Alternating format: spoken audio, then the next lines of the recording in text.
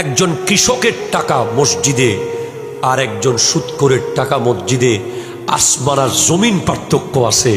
কৃষকের 1 টাকার মূল্য সুদখোরের 10,000 কোটি টাকার চেয়েও বেশি। ঠিক কিনা কথা বলেন? এজন্য গরিবদেরকে সেলুট জানাই, যারা গরিব হওয়ার পরেও মসজিদে টাকা দেয়, তারাই মূলত মসজিদের রিয়েল টাকাটা দেয়, ফ্রেশ টাকা, নিখুঁত। এজন্য বেশি বেশি বড় লোকের পিছে পিছে দৌড়াদৌড়ি করবেন না, গরিবদের থেকে নেওয়ার চেষ্টা করবেন। গরিব অনেক সময় দিতে চায়। ঢাকায় আমার যে মসজিদ হচ্ছে 11 তলা, খিলগাঁও, একবার 60,000 টাকার দরকার, পরের দিন লাগবে। বিশাল বড় বড় ব্যবসায়ী, শ্রমজীবী, কাউকে এই মুহূর্তে পাওয়া যাচ্ছে না। সকালে মিস্ত্রিকে দিতে হবে। দেখেন, আওলাদে রসুলের প্রতিষ্ঠান হুজুর আল্লামা সৈয়দ মোহাম্মদ তহের শাহ সাহেব কেবলা প্রতিষ্ঠিত খিলগাঁও তাহেরিয়া কমপ্লেক্স, যখন হুজুর সেখানে গেছিলেন, প্রথম 1 কোমর পানি ছিল। টিনের ব্রিজ বানিয়ে হুজুরকে নেওয়া হয়েছিল। হুজুর ওখানে দোয়া করেছেন, আজকে বসুন্ধরার মতো আবাসিক এলাকা হয়ে গেছে। এটা 1 কাঠা জায়গার দাম 1 কোটি টাকা হয়ে গেছে। ওখানেই মসজিদ।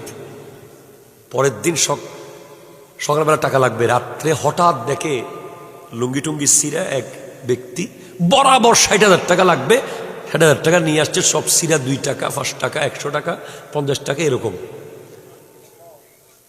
বলে, ভাই আপনি কে? বলে, আমি ভ্যান গাড়িতে করে আলু পেঁয়াজ বিক্রি করি, মাঝে মাঝে মাছ বিক্রি করি, মাঝে মাঝে। মসজিদ কমিটি পুরো অবাক। অন্য বড় কোটিপতির 50 লাখ টাকার চেয়েও এই ভ্যান গাড়িওয়ালার 60,000 টাকার মধ্যে যে মোহাব্বত ছিল, যে একটা নিখুঁততা ছিল, যে একটা একেবারে পিউরিটি ছিল, শান্তি ছিল, এটা বলার মতো না। এই জন্য গরিবরা কখনো মনে করবেন না, যায় তো মুসৈদ বেশি টিয়া দিন না পারির 570 টিয়া দিলেন, কেউ আর স্বর্ণ অনেকে বলে না।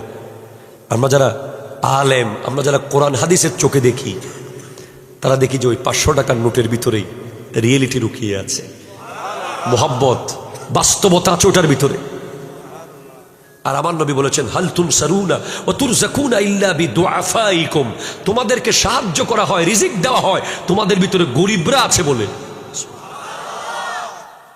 সুদের টাকা দিয়ে পয়সা না হয়ে আজীবন গরিব থাকা